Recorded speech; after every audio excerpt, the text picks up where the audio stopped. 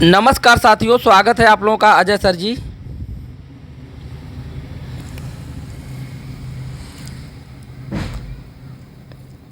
नमस्कार साथियों, स्वागत है आप लोगों का गुरुकुल स्टडी अड्डा में।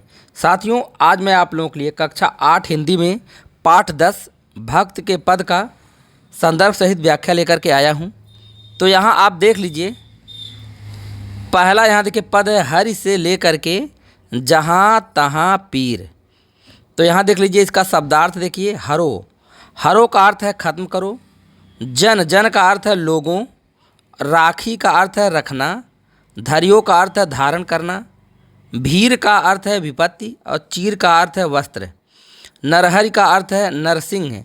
गज का अर्थ है हाथी। बूढ़ते का अर्थ है डूबते। संदर्भ देखिए क्या है, प्रस्तुत पद्यांश हमारी पाठ्य पुस्तक मंजरी 8 के भक्त के पद नामक पाठ से लिया गया है। इस पद की कवित्री मीराबाई हैं। प्रसंग क्या है, यहाँ देख लीजिए, प्रस्तुत पद्यांश में मीराबाई कृष्ण की भक्ति में लीन होकर अपने दुख को दूर करने को कहती हैं। अब इसकी व्याख्या, यहाँ व्याख्या देखिए क्या है। मीराबाई कहती हैं कि श्री हरि अर्थात कृष्ण, तुम अपने भक्तों के पुकारने पर उनकी रक्षा करते हो। द्रौपदी के पुकारने पर तुमने उसके वस्त्रों को बढ़ाकर उसकी लाज बचाई। भक्त के पुकारने पर जब ऐरावत को मगरमच्छ ने पकड़ लिया, वह उसको गहरे पानी में ले जाने लगा, तब ऐरावत के पुकारने पर आपने मगरमच्छ को मारकर ऐरावत की जान बचाई। अर्थात जो भी आपको पुकारता है, आप उसके दुखों को दूर करते हो। आपने नरसिंह का रूप धारण करके हिरण्याकश्यप का वध किया और प्रहलाद की रक्षा की। इसी प्रकार हे कृष्ण, हे गिरधर गोपाल, हे श्री हरि, मीरा आपकी दासी है और आप मीरा के दुखों को भी दूर करो। अगला पद यहाँ देखिए क्या है, पग घुघरू से लेकर के यहाँ देखिए कि दासी रे। शब्दार्थ देखिए, शब्दार्थ में पग का अर्थ है पैर। भेजो का अर्थ है भेजना। नारायण का अर्थ है अपने आराध्या यानी भगवान श्री कृष्ण। पीवत का अर्थ है पीकर। बावरी का अर्थ है पागल। संदर्भ प्रथम अवतरण के समान। प्रसंग क्या है, प्रस्तुत पद्यांश में मीराबाई अपने आप को श्री कृष्ण की दासी बताते हुए कई वर्णन करती हैं।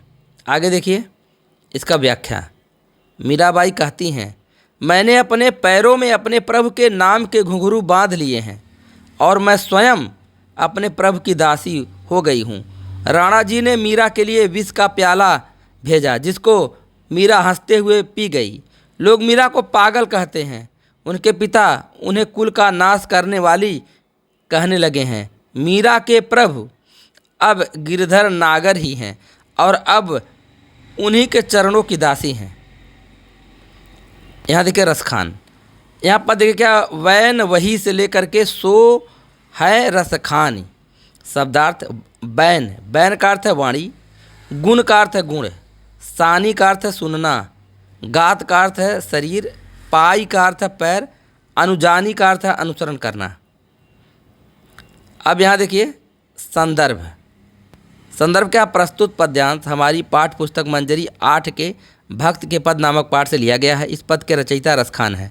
प्रसंग क्या है, प्रस्तुत पद्यांश में रसखान शरीर के कण कण में अपने प्रभु श्री कृष्ण को चाहते हैं। उसके बिना वे कल्पना भी नहीं करते। इसके बाद व्याख्या क्या है, रसखान जी कहते हैं, वाणी वही है जो प्रभु का गुणगान करती रहे और वही हो जो बस मेरे प्रभु श्री कृष्ण की वाणी को सुनते हो, और हाथ वही है जो प्रभु की सेवा करते रहें, और पैर वही है जो प्रभु का अनुसरण करते हो। जान वही है जिसमें प्रभु के प्राण बसते हों, और मान अहंकार वही है जो प्रभु के लिए सारे संसार का त्याग कर सके। उसी प्रकार रस की खान श्री कृष्ण, जो अपने भक्तों को कभी निराश नहीं करते, वे आनंद की खान हैं। उनसे नाता जोड़ने में सुख ही सुख है। अगली लाइन है देखिए क्या है, या लकुटी से लेकर के ऊपर वारों। लकुटी का अर्थ है लाठी। कामरिया का अर्थ है कंबल। तिहुपुर का अर्थ है त्रिलोक, तीनों लोक। तड़ाग का अर्थ है तालाब।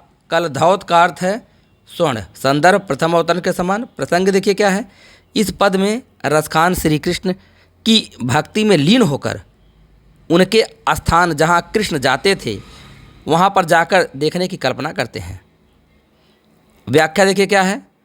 रसखान कृष्ण की भक्ति में लीन होकर कहते हैं कि वे ग्वाले जो कृष्ण के साथ रहते थे कि लाठी व कंबल के लिए यदि तीनों लोकों का राज भी त्यागना पड़े तो वे उसके लिए भी तैयार हैं, और यदि नंद की गाय चराने का मौका मिल जाए तो इसके लिए वे 8 सिद्धि व 9 निधि के सुख भी त्याग देंगे। रसखान कवि कहते हैं कि वे अपने आँखों से ब्रज के वन उपवन तथा तालाबों को निहारना चाहते हैं, और तो और ब्रज की कांटेदार झाड़ियों के लिए भी वे सोने के सैकड़ों महल निछावर करने को तैयार हैं।